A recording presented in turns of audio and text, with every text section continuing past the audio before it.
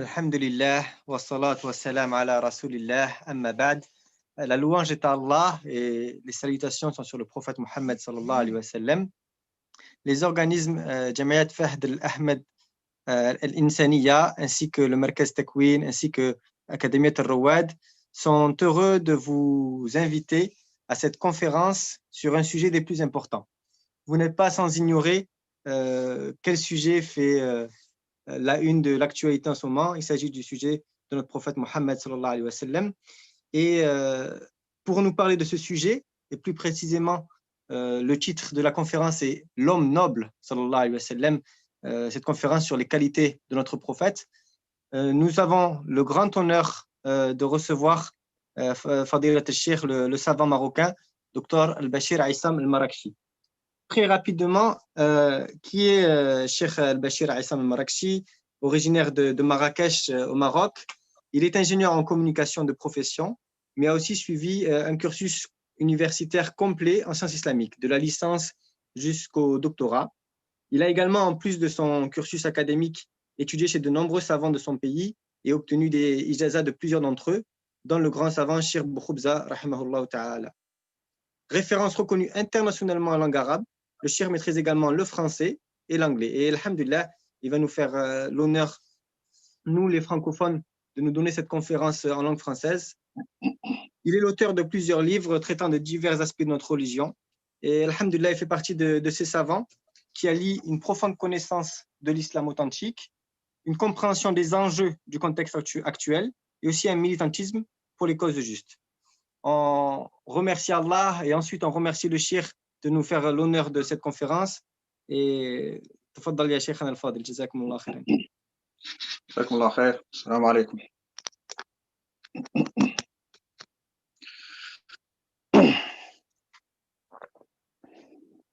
بسم الله الرحمن الرحيم. الحمد لله والصلاة والسلام على رسول الله. Au nom d'Allah le clément, le miséricordieux, que la paix et la bénédiction de Dieu soient sur le prophète Mohammed sallallahu alayhi wa sallam, le prophète qu'Allah a décrit dans le Saint-Coran par ces mots. Ô Mohammed, tu es assurément doté de vertus éminentes. Wa innaka la'ala khuluqin azim. Que la bénédiction et la paix soient aussi sur sa famille et ses compagnons. Parler des qualités du prophète Mohammed sallallahu alayhi wa sallam, c'est parler de la conduite à tenir par le musulman dans n'importe quelle circonstance. Car le prophète est pour tous ses adeptes le modèle à suivre. Allah subhanahu wa ta'ala, exalté soit-il, a dit, vous avez avec le messager d'Allah un excellent modèle de conduite. لقد كان لكم في رسول الله أسوة حسنة. Mais au-delà de cette question importante de modèle spécifique aux adeptes du prophète Mohammed sallallahu alayhi wa sallam, il y a aussi une question plus globale. Le prophète, en effet, peut être le modèle à suivre pour tous les êtres humains, quelle que soit leur religion, quelles que soient leurs ethnies, leurs appartenances sociales, économiques ou politiques. Car Mohammed sallallahu alayhi wa sallam constitue la quintessence même de la perfection de l'être humain. Mais encore faut-il que les non-musulmans puissent connaître sa biographie et ses qualités. En effet, les derniers événements connus de tous montrent clairement une méconnaissance de l'islam et du prophète sallallahu alayhi wa sallam, une méconnaissance aussi des règles fondamentales de croyance au sein d'une grande partie des décideurs politiques et des médias occidentaux en général et français en particulier. Il y a une méconnaissance de l'islam, bien sûr, mais aussi et surtout une ignorance complète de la biographie, des qualités et du statut dans la religion musulmane et dans les cœurs des musulmans du prophète Mohammed, bénédiction et paix soit sur lui. Bien que la France ait eu avec l'islam et avec les musulmans une histoire commune assez étendue dans le temps, et souvent, il faut le dire, tumultueuse et parsemée de douleurs et de chagrins, surtout durant la période coloniale, malgré cette histoire commune, disais-je, la connaissance des Français de l'islam se limite toujours à des données folkloriques du type couscous et compagnie, alimentées, il faut le dire, par une certaine industrie du tourisme, et limitées aussi à des informations fallacieuses et à des notions biaisées, véhiculées par les premières vagues des orientalistes depuis plus d'un siècle, durant le 19e siècle surtout, et qui ont été reprises par des figures médiatiques qui ne quittent presque jamais les plateaux de télé en France et qui s'acharnent à attiser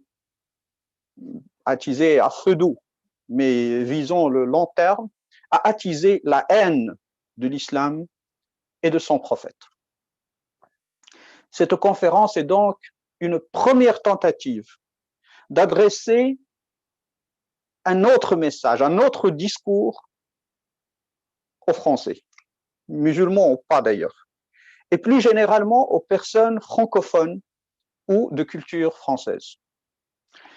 Les deux composants essentiels du titre de cette conférence sont homme et noble, l'homme noble.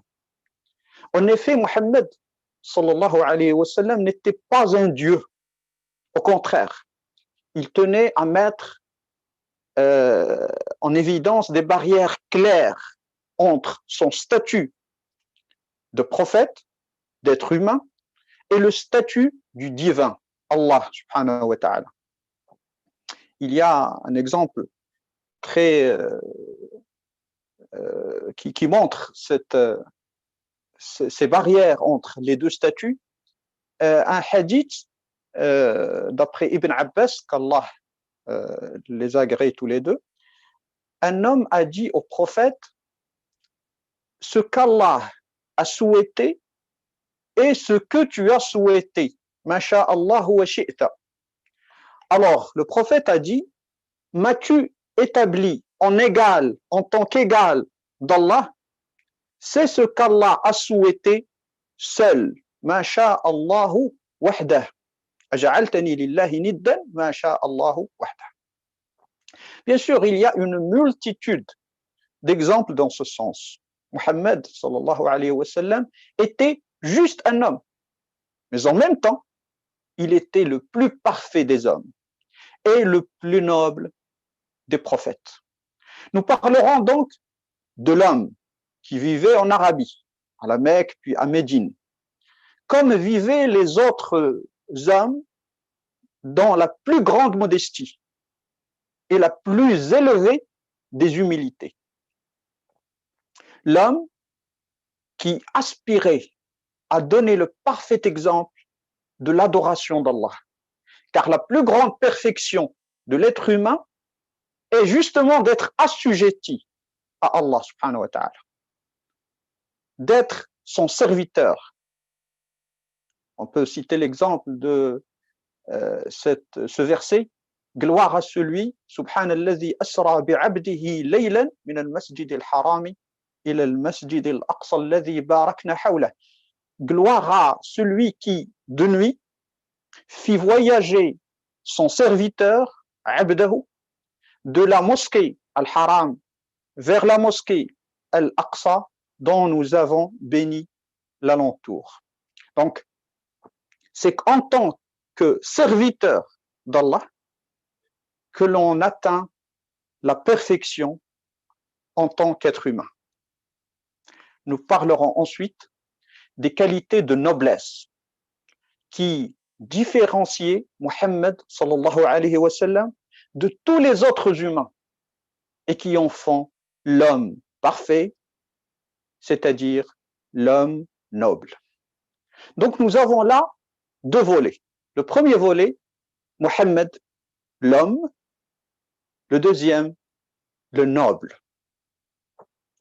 Pour ce qui est de ce premier volet, Mohammed sallallahu alayhi wa sallam, l'homme, il faut préciser que dans sa relation avec le Seigneur, subhanahu wa ta'ala, Mohammed sallallahu alayhi wa sallam se comportait en parfait adorateur, qui trouvait le plus grand plaisir à accomplir ses devoirs d'adoration d'Allah, ibadat, Allah subhanahu wa ta'ala, et à les compléter,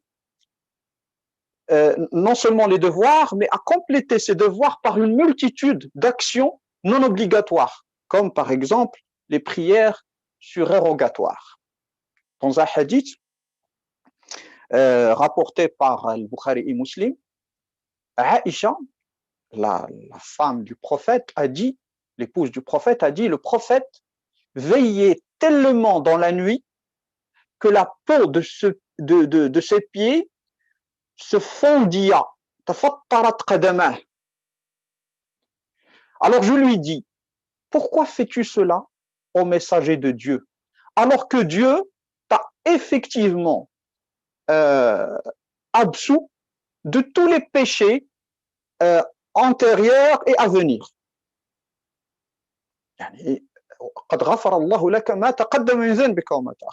Alors le prophète a dit, est-ce qu'il ne m'appartient pas de me comporter en homme reconnaissant? On peut aussi percevoir cette humanité, entre guillemets, du prophète dans ce hadith rapporté par Muslim et qui dit, selon l'Aghar al-Muzani, le messager de Dieu, sallallahu alayhi wa sallam, a dit il arrive certainement à mon cœur de tiédir par moment. Innahu la yughanu ala qalbi. De tiédir par moment dans l'adoration de Dieu. Et c'est pourquoi je prie Dieu de m'absoudre 100 fois par jour. Astaghfirullah mi'ata marra. Le prophète, donc, parfait adorateur d'Allah.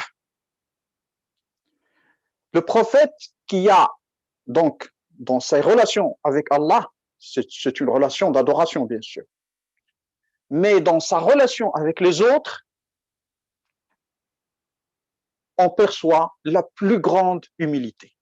Dans ses rapports avec les autres, il ne faisait jamais montre d'une quelconque condescendance. Au contraire, il se conduisait juste en homme comme les autres. En effet, la grandeur et l'orgueil sont des attributs qu'Allah sont des attributs qui sont spécifiques à Allah subhanahu wa ta'ala. C'est-à-dire que personne ne peut lui disputer ou prétendre les posséder. Comme cela a été précisé dans un hadith où le prophète dit, sallallahu alayhi wa sallam, a dit, Allah dit, il s'agit d'un hadith qudsi, Allah dit, la gloire est ma tunique, l'orgueil est mon manteau. Al-kibriya ridai wal-izari wal-'azamatu ridai. Quiconque essaiera de me les disputer, je lui infligerai mon châtiment. Et donc le prophète sallallahu alayhi wa sallam, en partant de ces préceptes, fut l'homme le plus modeste du monde. Il y a plusieurs exemples. Une illustration de son humilité fut donnée par Ibn Mas'ud, qui décrit la modestie du prophète sallallahu alayhi wa sallam. Donc d'après Ibn Mas'ud, le prophète sallallahu alayhi wa sallam alla un jour trouver un homme et lui adressa la parole. L'homme commença à trembler. Le prophète sallallahu alayhi wa sallam dit, ne te tourmente pas. Je ne suis pas un roi. Je ne suis que le fils d'une femme à la Mecque qui mangeaient de la viande séchée. تأكل القديد في مكة. أنا ابن امرأة كانت تأكل القديد في مكة. Dans le traitement de ses serviteurs, il observait le même principe d'égalité.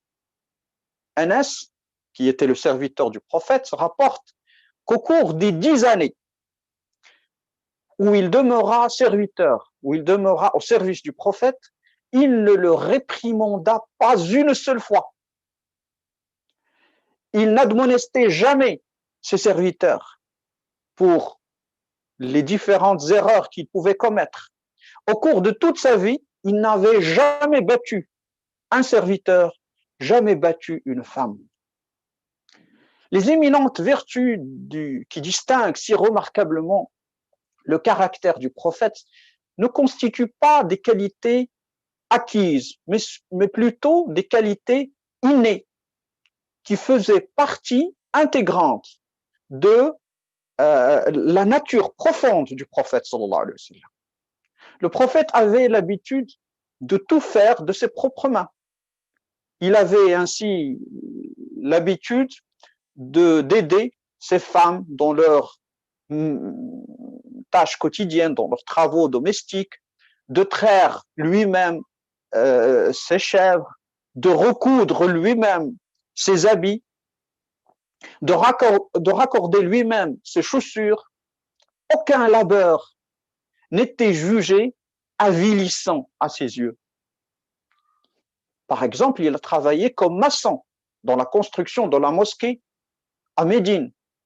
De la même manière, lorsqu'il fallut creuser une tranchée al-Khandaq pour défendre Médine contre une incursion de l'ennemi, le prophète se mit à l'ouvrage et participa avec les fidèles dans cette tâche, c'est-à-dire pour creuser cette tranchée.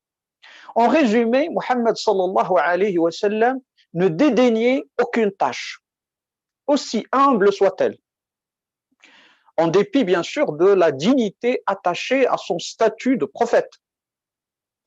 Il démontra à travers son exemple personnel que le statut social de l'homme,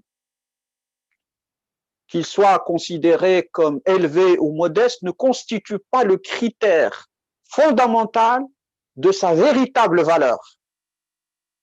En définitive, les vertus propres et le degré de considération d'un homme envers ses semblables, c'est ça réellement qui détermine sa noblesse ou non.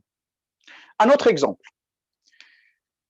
À la disparition de son fils Ibrahim, il y eut une éclipse solaire complète.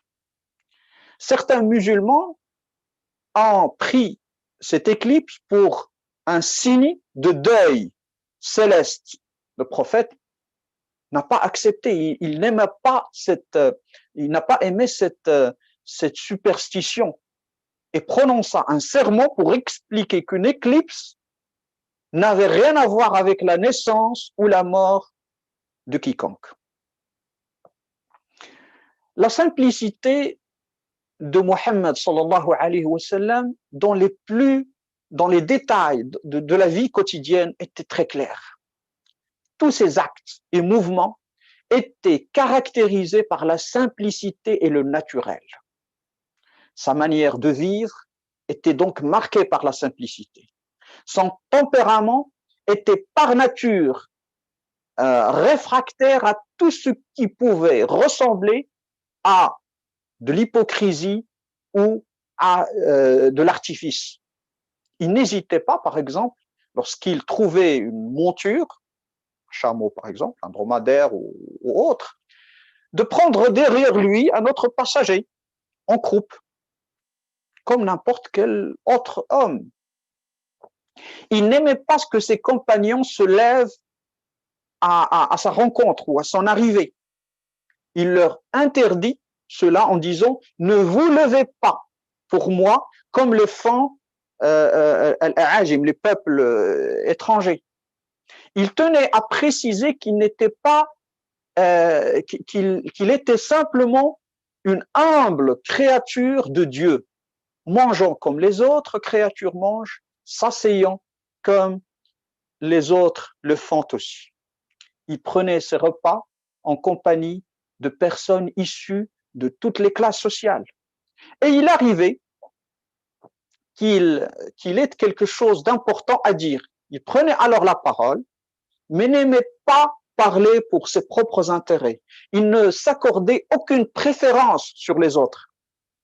Lorsqu'il marchait en groupe avec les fidèles, il se trouvait des gens qui marchaient devant lui, d'autres qui marchaient derrière lui. Lorsqu'il était assis dans une assemblée, par exemple, il ne faisait rien qui puisse le mettre en évidence par rapport aux autres, de sorte qu'un étranger qui venait ne pouvait même pas le distinguer des autres et était obligé de demander lequel d'entre eux était le prophète, sallallahu alayhi wa sallam. Il devait poser la question parce que le prophète ne se distinguait pas de ses fidèles. Lorsqu'il se trouvait dans une assemblée, il lui arrivait de garder le silence pendant un très long moment. Il avait l'habitude de parler très posément, si posément que les mots qu'il prononçait pouvaient être comptés. Il marchait rapidement, si rapidement que ses compagnons étaient quelquefois obligés de courir pour se mettre à son niveau. Côté nourriture, Mohammed sallallahu alayhi wa sallam acceptait tout ce qu'on lui offrait avec la grande joie, avec la plus grande joie. Cependant, si ce qu'on lui offrait comportait quelque mal, il ne s'en nourrissait pas, mais n'en tenait pas rigueur au donateur. Il se nourrissait de ce qui se trouvait à sa disposition. Il appréciait bien sûr la propreté et aimait tout particulièrement le miel, par exemple. Il se lavait les mains toujours avant et après les repas. Il se rinçait soigneusement la bouche. Son habillement était simple. Il lui arrivait de porter des habits usés, mais il ne dédaignait pas d'arborer aussi des habits de beaux vêtements. Il n'aimait pas, cependant, que les hommes portent des habits en soie, parce que les habits en soie sont spécifiques aux femmes. Donc, pour les hommes, il ne fallait pas porter des habits en soie pour ne pas paraître efféminé. Mais il prenait, en général, un soin particulier à la propreté de ses habits. Mohammed sallallahu alayhi wa sallam négligeait toutes sortes de conforts terrestres. Son habitat, il habitait dans de modestes chambres en terre cuite qui comportaient l'ameublement le plus simple. C'est dans ce cadre qu'il vécut, sallallahu alayhi wa sallam, même après avoir conquis plusieurs terres. À l'occasion de son mariage avec Safiya, radiyallahu anha, le prophète n'eut pas les moyens d'organiser une fête pour honorer Walima, pour honorer ses amis. Alors, il a demandé aux fidèles que chacun apporte son repas. Il arrivait également que pendant plusieurs jours d'affilée, nul feu ne soit allumé dans la maison du prophète. C'est-à-dire, on ne cuisait rien. Et toute la famille se nourrissait uniquement de dattes et d'eau, de l'eau et des dattes.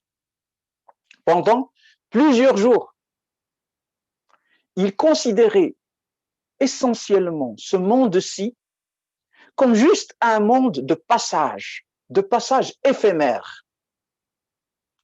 Il l'a expliqué dans un hadith, sallallahu alayhi wa sallam, quand il a dit « Ma situation est comparable à celle d'un voyageur qui, à midi, descend de sa monture et va faire une petite halte, une petite sieste sous l'ombre d'un arbre.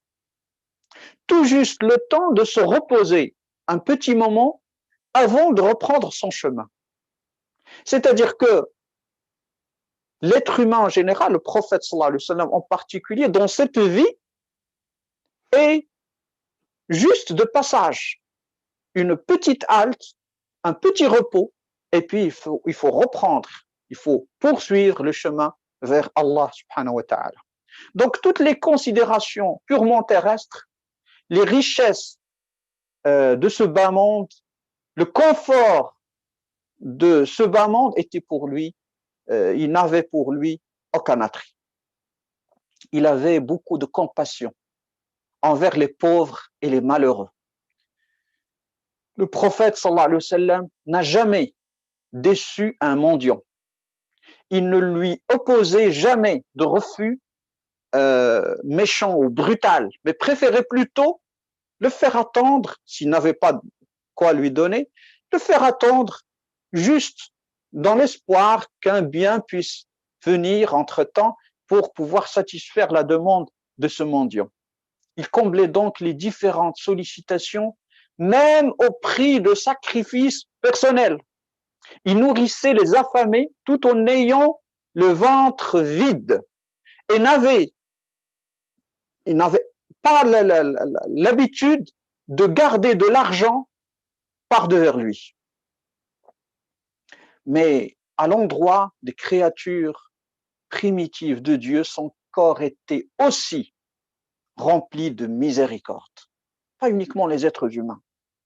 Il parla ainsi, dans un hadith très connu, d'un homme qui, un jour, tira de l'eau d'un puits pour étancher la soif d'un chien qu'il avait acquis. Pour cela, pour ce geste, pour cet acte de bonté à l'endroit d'une créature de Dieu, il avait acquis le paradis.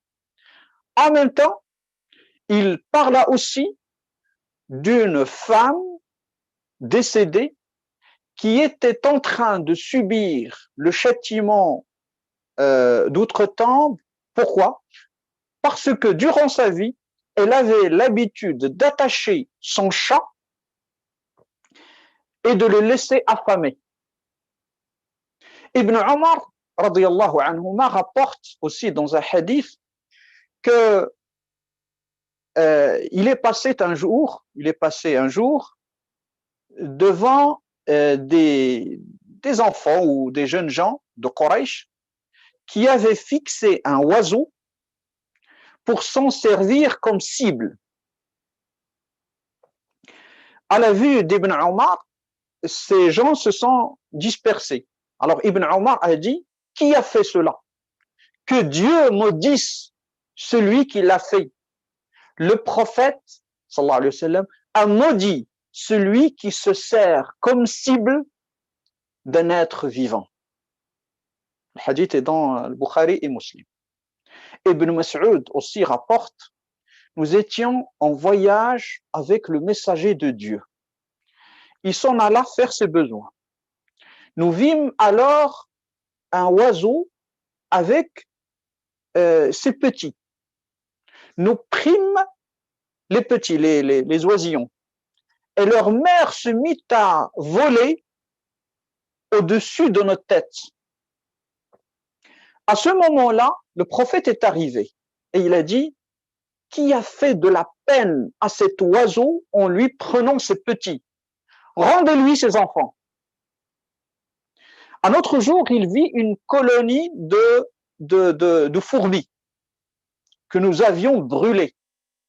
Et il a dit, qui a brûlé cette colonie? Nous dîmes, nous. Alors il a dit, il n'appartient qu'au maître du feu, de tourmenter par le feu. Muhammad sallallahu alayhi wa sallam, depuis sa prime jeunesse, éprouvait une profonde compassion pour les veuves, pour les orphelins, pour les faibles en général, les faibles sans recours. Et il disait, celui qui prend soin d'un orphelin, ana wa kafilul yatim, et moi, celui qui prend soin d'un orphelin et moi, sont aussi proches que ses deux doigts, en montrant son index et son majeur accolés. Le Saint-Coran aussi est également rempli d'une grande miséricorde, semblable, envers les faibles, envers les pauvres. Allah, exalté soit-il, dit, vois-tu celui qui traite la rétribution de mensonge, c'est celui qui repousse l'orphelin et qui n'encourage pas à nourrir le pauvre. رأيت الذي يدع اليتيم أرأيت الذي يكذب بالدين فذلك الذي يدع اليتيم ولا يحض على طعام المسكين. Le prophète pouvait endurer avec sérénité les plus grandes épreuves qui pouvaient le frapper, mais la peine des autres le touchait énormément. Il demeurait toujours du côté des opprimés et défendait les droits des esclaves sur leurs maîtres, des opprimés face aux oppresseurs, des gouvernés sur les gouvernants, des sujets sur les souverains. Les exemples sont très nombreux. Il aimait aussi les enfants. Lorsqu'il marchait dans la rue, il prodiguait force tape amicale ou des caresses aux enfants qu'il rencontrait sur le chemin. Il ne manquait jamais de visiter les malades pour s'enquérir de l'état de leur santé et pour les réconforter. Il se joignait également aux processions mortuaires, etc., etc. Voici ce qui est du premier volet. Pour le second volet, Mohammed le noble. Il faut commencer par préciser qu'il y a un modèle suivi par le prophète dans cette noblesse. En effet, l'épouse du prophète, Aïcha, radiyallahu anha, quand elle a été interrogée sur le comportement du prophète, Aïcha, qui était son épouse, donc qui était témoin très proche, très intime de la vie privée même du prophète, Aïcha a résumé les qualités et le comportement du prophète sallallahu alayhi wa sallam en ces termes. Le comportement du prophète, c'est le Coran. كان خلقه القرآن. En d'autres mots, la vie quotidienne du prophète fut l'illustration parfaite des enseignements du Coran, représentant ainsi le symbole vivant de toutes les recommandations écrites du livre saint. De la manière dont le livre de Dieu constitue un code de conduite pour l'épanouissement des facultés humaines, la vie du prophète aussi fut la mise en pratique et la démonstration concrète de ses valeurs morales. C'est pourquoi le musulman dispose en fait de deux sources de conduite. Le Saint-Coran, qui donne les principes, et la vie du prophète, qui prodigue le modèle. La sincérité et l'intégrité et la vertu du prophète étaient unanimement reconnues dans toute l'Arabie. Et ce, bien même avant son apostolat. Au point qu'on le nommait Al-Amin, sallallahu alayhi wa sallam. Al-Amin, c'est-à-dire celui qui est, on peut dire, digne de confiance. Même ses pires ennemis, par exemple Abu Jahl, reconnut qu'il ne le tenait pas en réalité pour un menteur. Il ne pouvait pas dire qu'il était un menteur, mais que c'était plutôt le message qu'il apportait qu'il considérait comme faux. Il ne pouvait pas dire du prophète sallallahu alayhi wa sallam qu'il était un menteur. Nadr ibn al-Harith aussi témoigna un jour de la sincérité du prophète sallallahu alayhi wa sallam en disant en ces mots, Mohammed a grandi devant vous et fut de tout temps le garçon le plus honnête est le plus digne de confiance. À présent qu'il est devenu adulte et vous apporte un message, vous le qualifiez de mage, sahir, par Dieu, ce n'est assurément pas un mage. Ainsi, à chaque fois que Muhammad sallallahu alayhi wa sallam promettait une chose, il respectait sa promesse, même dans les situations les plus délicates, et même si cela pouvait lui coûter cher. Par exemple, à Hudaybiyah, il y avait une clause dans l'accord de Hudaybiyah. L'accord de Hudaybiyah était avec les idolâtres de la Mecque.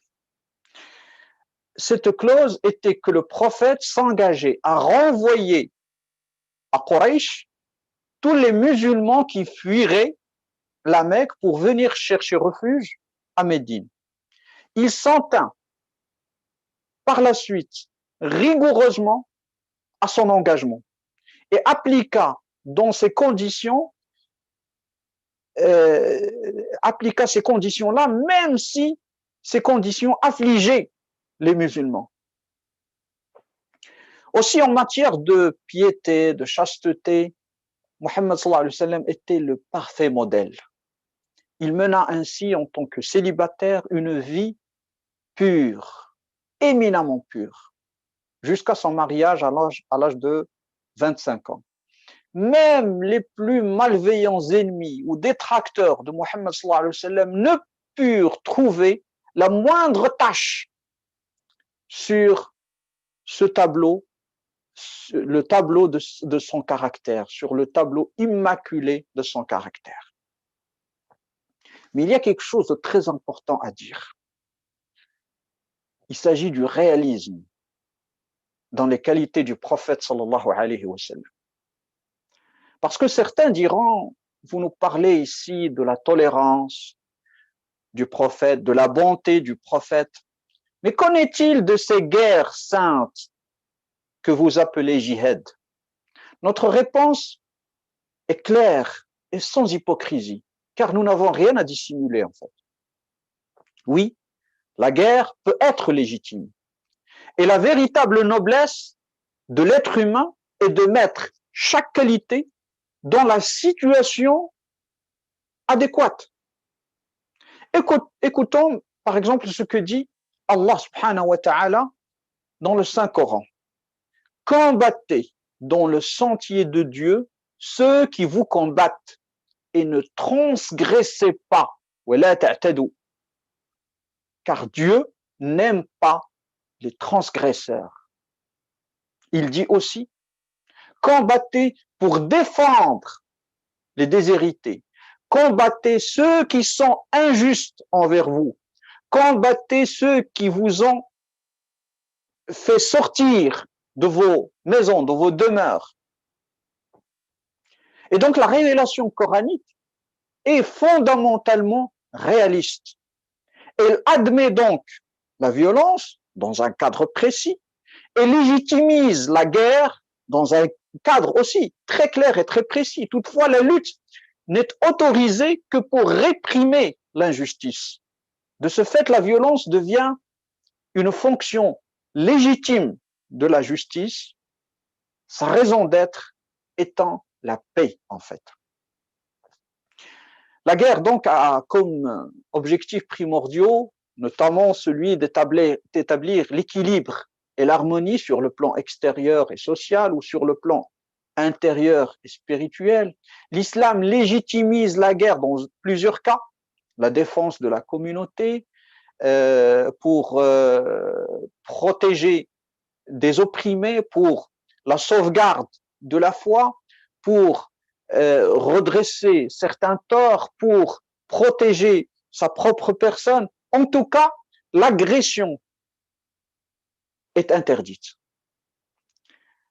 Et même en temps de guerre, nous allons voir ce que dit le premier adepte de Muhammad sallallahu alayhi wa sallam, c'est-à-dire le premier calife, Abu Bakr, radiyallahu anhu. Abu Bakr, qui a lancé une campagne a parlé à ses soldats avant le début du combat. Que leur disait-il? Souvenez-vous que vous êtes toujours sous le regard de Dieu et à la veille de votre mort, et que vous rendez compte au dernier jour, jugement dernier. Lorsque vous combattez, conduisez-vous comme des hommes sans tourner le dos, mais que le sang des femmes ou celui des enfants et des vieillards ne souille pas votre victoire. C'est-à-dire, en d'autres termes, la guerre dans l'islam est une guerre contre les oppresseurs, les gouvernants. Et il est interdit de toucher à ceux qui ne sont pas concernés par la lutte. Abu Bakr continue, ne détruisez pas les palmiers, ne brûlez pas les habitations, ni les champs de blé, ne coupez jamais les arbres fruitiers, ne tuez pas le bétail. Et lorsque vous serez, ne tuez pas le bétail que lorsque vous serez contraint de le manger. Quand vous accordez un traité ou une capitulation, ayez soin d'en remplir les causes. Au fur et à mesure de votre avancée, vous rencontrerez des hommes de religion, c'est-à-dire des prêtres, qui vivent dans des monastères et qui servent Dieu dans la prière. Laissez-les seuls et ne tuez point et ne détruisez pas leur monastère. Ces ordres donnés par Abu Bakr sont des obligations légales, pas uniquement des recommandations. Et ils sont bien sûr, Abu Bakr ne les a pas inventés. Il a pris ça dans les préceptes de Muhammad sallallahu alayhi wa sallam. Donc le musulman devant Dieu doit respecter ce code d'honneur. La perfidie, la traîtrise sont interdites, en tout cas. La guerre doit être une exception. La guerre oppose, la guerre, une exception doit rester une exception pour s'opposer aux oppresseurs et pas aux opprimés. Mais en temps de guerre, aussi bien en temps de guerre qu'en temps de paix, l'islam enjoint aux musulmans la patience et la compassion. La personnalité du prophète sallallahu alayhi wa sallam est donc réaliste et n'inculquait pas des préceptes utopiques, impossibles à appliquer dans la vraie vie. Ainsi, le célèbre sermon attribué à Jésus, dans lequel il donnait les commandements suivants. Il disait, vous avez appris qu'il a été dit œil pour œil et dent pour dent. Eh bien, moi, je vous dis de ne pas riposter aux méchants. Mais si quelqu'un te gifle sur la joue droite, tends-lui l'autre joue. Et si quelqu'un veut te poursuivre en justice et prendre ta tunique, laisse-lui encore ton manteau. Ce discours, disais-je, n'est pas réaliste. C'est pour cela que les chrétiens n'ont jamais pu l'appliquer. Au contraire, comme en témoigne l'histoire, comme en témoignent les croisades, les guerres religieuses en Europe, les campagnes coloniales en Afrique ou en Amérique, les adeptes de l'Église n'ont jamais pu appliquer ce serment. Les qualités du prophète sont donc réalistes et complémentaires selon les situations. Donnons un exemple. Son comportement, sallallahu alayhi wa sallam, avec ses amis et ses ennemis. Le prophète avait un profond attachement pour ses amis. Ainsi, lorsqu'il échangeait des poignées de main avec eux, il n'était jamais le premier à retirer sa main et accueillait tout le monde avec un sourire. Jarir ibn Abdillah raconte qu'il n'a jamais vu le prophète sans le sourire au visage. Il échangeait quelquefois des traits d'esprit, des plaisanteries innocentes avec ses amis. Il avait l'habitude de parler librement, sans affecter une retenue artificielle, pour se donner un air de supériorité ou se vanter dans ses propos. Il prenait souvent, tel un père, les enfants de ses amis dans ses bras. Il détestait la médisance et interdisait à ses visiteurs de dire du mal de ses amis en leur absence. Il les appelait par leur surnom en signe d'affection. Il continuait de se souvenir, par exemple, avec une très grande affection et fidélité des amis, il se souvenait de son épouse Khadija et bien longtemps après sa mort. Zayd ibn Haritha, qui était son ancien esclave, qu'il a franchi, lui était tellement attaché qu'il préféra rester avec lui plutôt que de partir avec son propre père dans sa ville natale. Il considérait les défauts des autres avec mansuétude et évitait d'y faire allusion. Toutefois, au cours de ses sermons publics, il corrigeait ce qui devait l'être. Il ne manquait pas donc d'aborder la manière de se débarrasser d'un certain défaut sans donner l'impression à aucun membre de l'assistance que un tel est visé. Ma balu aqwamin. Il ne tenait nul compte d'une offense personnelle, aussi grande soit-elle.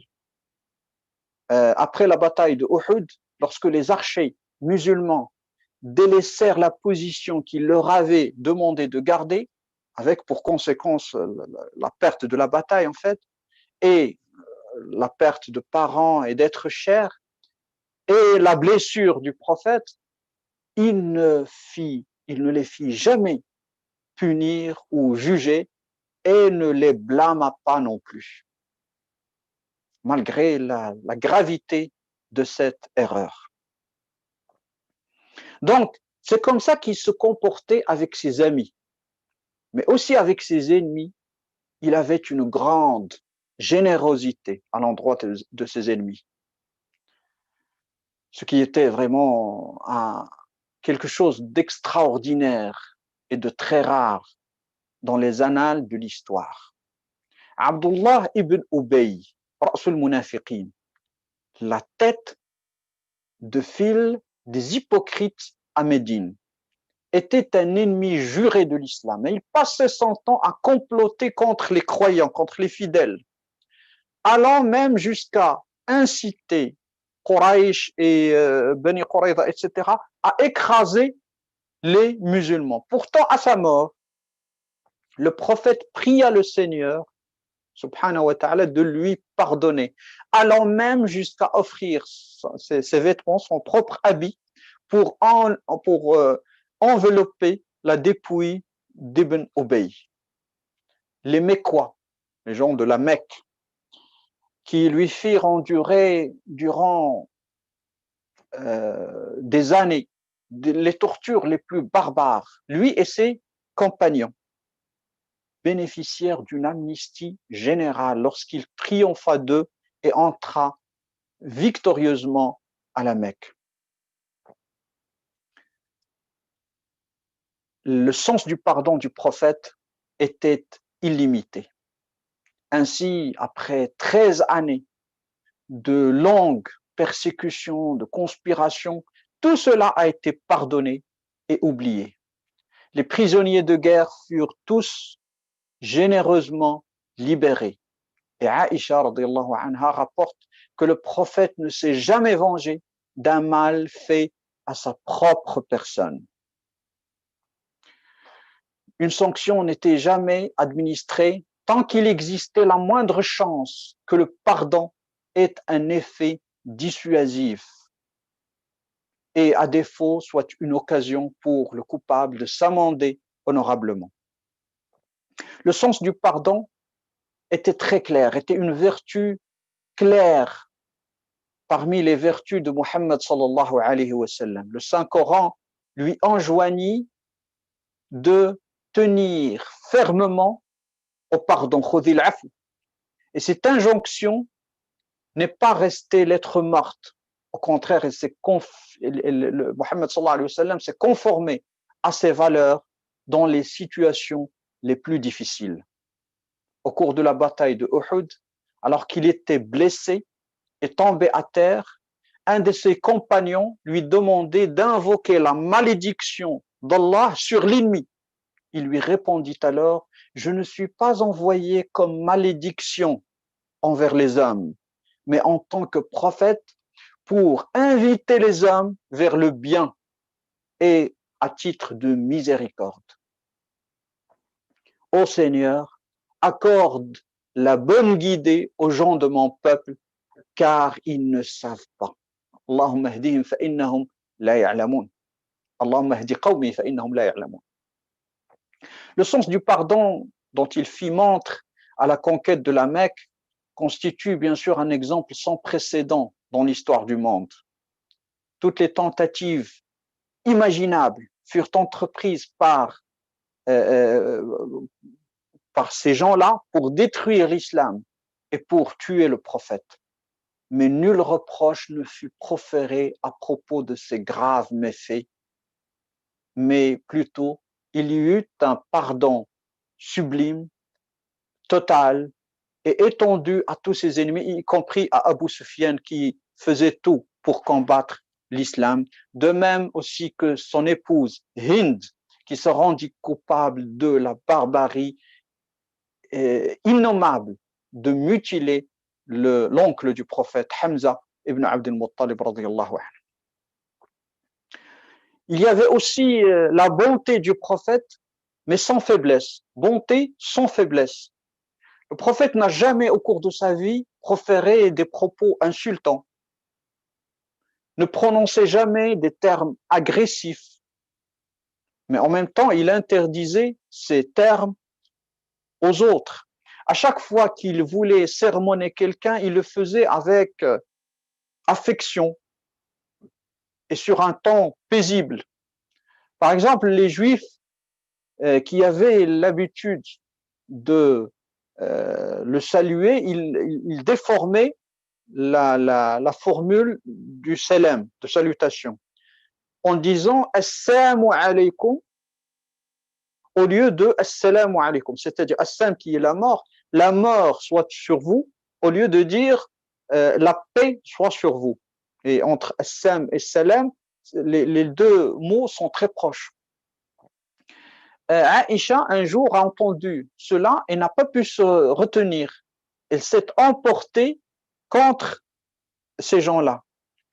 Elle leur a dit, puisse Dieu vous apporter la mort, à vous plutôt.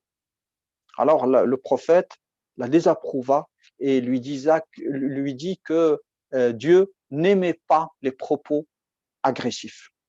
Le prophète avait un cœur sensible et rempli d'affection pour son prochain. Son cœur se déchirait de peine en constatant l'état de corruption morale de ses semblables, ce dont témoigne le Coran en disant il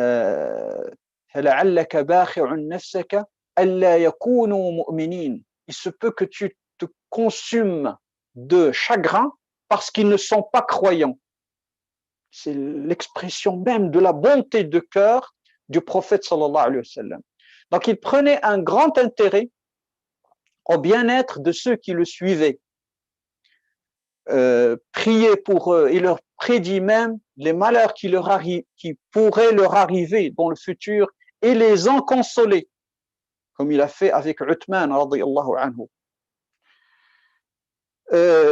Aussi, une autre expression de sa bonté, sallallahu alayhi wa sallam, par fidélité à la mémoire de Khadija, qui est sa première femme, il continuait d'envoyer des dons à ses anciennes relations. Et lorsqu'une délégation provenait du Négus d'Abyssinie, Najashi al-Habasha, une délégation est arrivée à Médine. Il veilla personnellement à leur confort. Ses compagnons étaient volontaires pour s'occuper entièrement d'eux, mais il leur dit qu'il préférait les servir de ses propres mains car ils avaient offert l'asile à ses compagnons durant leur exil en Abyssinie. La même chose pour la fille de Hatim al-Ta'i qui a été faite prisonnière avec d'autres. Il dit que la fille d'un homme aussi généreux ne devait pas rester prisonnière et tous les autres prisonniers furent aussi libérés grâce à elle. Donc la bonté, une bonté exceptionnelle, mais sans faiblesse. Mohammed sallallahu alayhi wa sallam était courageux. Tout en étant humble et doux au plus haut degré, il avait le courage des grands héros. Jamais, à aucun moment de sa vie, il ne développa une certaine peur de ses ennemis. Quand les mécréants préparaient les plans les plus désastreux pour détruire l'islam, pour détruire le nouvel État à Médine, il restait imperturbable, sallallahu alayhi wa sallam.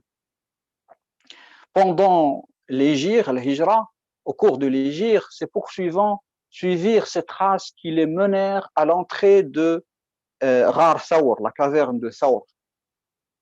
Il est resté avec le plus grand calme. Ne t'en fais pas. C'est ainsi qu'il parla à Abu Bakr. Ne t'en fais pas. Dieu est avec nous. Inna Allah ma'ana. Sur le champ de bataille de Uhud, toute son armée était retrouvée piégée et fuyait en déroute. Il continuait à rallier à haute voix ses soldats désemparés, sans tenir le moins compte du danger pour sa propre personne. À Hunayn, la même chose. Alors que le plus gros des troupes des musulmans s'enfuyaient, il avança seul vers l'ennemi en criant « Ana an-nabiyyu la kadhib, ana ibn Abd al-Muttalib » je suis le messager de Dieu, je suis le fils de Abd al-Muttalib, etc. Les exemples de son courage sont très nombreux. Au cours d'un voyage, alors qu'il se reposait seul sous un arbre, un ennemi est venu à l'improviste en tenant un sabre. Il cria à Mohammed sallallahu alayhi wa sallam, « Qui peut te sauver en ce moment contre moi ?» Alors Mohammed sallallahu alayhi wa sallam a répondu Dieu. Et le sabre tomba aussitôt des mains de son ennemi. Alors Mohammed sallallahu alayhi wa sallam reprit le même sabre et lui posa la même question. Qui peut te sauver en ce moment? Alors il répondit avec la plus grande humiliation, personne. Le prophète le laissa alors partir. Le courage, l'endurance aussi de Mohammed sallallahu alayhi wa sallam, plusieurs exemples, mais je ne veux pas m'étaler sur ces points, ça me prendrait des heures et des heures. Son affection pour ses proches était très grande, comme cela a été expliqué avant, mais il avait une justice égale pour tous. C'est-à-dire, il avait un grand amour pour les siens, mais sans favoritisme. Il était d'une impartialité implacable, sallallahu alayhi wa sallam. Musulmans aussi bien que non musulmans, amis ou ennemis, tous étaient égaux devant la justice de Mohammed sallallahu alayhi wa sallam. À Médine, aussi bien les idolâtres que les juifs acceptaient volontiers son arbitrage dans toutes les disputes. Et en dépit de la profonde malveillance des juifs envers l'islam, lorsqu'il arrivait au prophète de juger une affaire opposant un juif à un musulman, il n'hésitait pas à trancher en faveur du juif, même si les musulmans pouvaient subir ainsi un grave préjudice à travers cette décision. Il disait que la haine contre un peuple ne vous incite pas, c'est un verset coranique, que la haine contre un peuple ne vous incite pas à agir avec injustice. Soyez toujours équitable, car cela est plus proche de la piété. Et ainsi, il parla avec sa fille Fatima, en lui disant un jour que seules ses œuvres personnelles lui seraient utiles au jour du jugement, et que si elle se rendait coupable d'un mal, elle en serait punie comme n'importe quel autre membre de la communauté musulmane. لو أن فاطمة رضي الله عنها سرقت لقطعت يدها. Il y avait aussi un grand équilibre entre les grandes choses et les moins grandes, pour ne pas dire petites, entre din et dunya. Il y avait plusieurs hadiths de Mohammed sallallahu alayhi wa sallam qui parlaient de la propreté. Par exemple, Hind ibn Abi Hala a dit: j'ai vu le prophète en état d'ihram. Je n'ai jamais vu un homme avec un corps aussi propre, au point qu'on dirait que son corps était fait d'argent. Et Anas disait: je n'ai jamais rien touché d'aussi doux que la peau du prophète sallallahu alayhi wa sallam. À travers les actes du prophète, la propreté et la pureté s'alliaient toujours harmonieusement à la simplicité. Et bien sûr, l'importance de la propreté en islam ne fait aucun doute. Plusieurs versets coraniques, plusieurs hadiths qui parlent de la pureté, de la propreté, des pratiques qui relèvent de la nature primordiale de l'être humain, c'est-à-dire al-fitra, sunan al-fitra, etc. Plusieurs valeurs d'hygiène. Mais en même temps, bien sûr, les ablutions rituelles, al-wudu, al-ghusl, etc. Donc, le saint prophète, dans le même temps où il parlait à ses compagnons de ces, entre guillemets, petits détails de pureté et de propreté, il instaurait aussi les fondements de l'État à Médine et parlait des relations avec les autres peuples, des relations avec les Juifs, des relations avec les idolâtres de Quraysh, envoyait ses émissaires aux quatre coins du monde, en Perse, en Égypte, etc., poser les bases du système moral de la communauté musulmane, etc. Donc, un parfait équilibre entre les grands fondements de l'islam et ce qu'on peut appeler petit, bien que je ne sois pas d'accord avec cette appellation, petite chose, la propreté, les ablutions, la pureté, etc.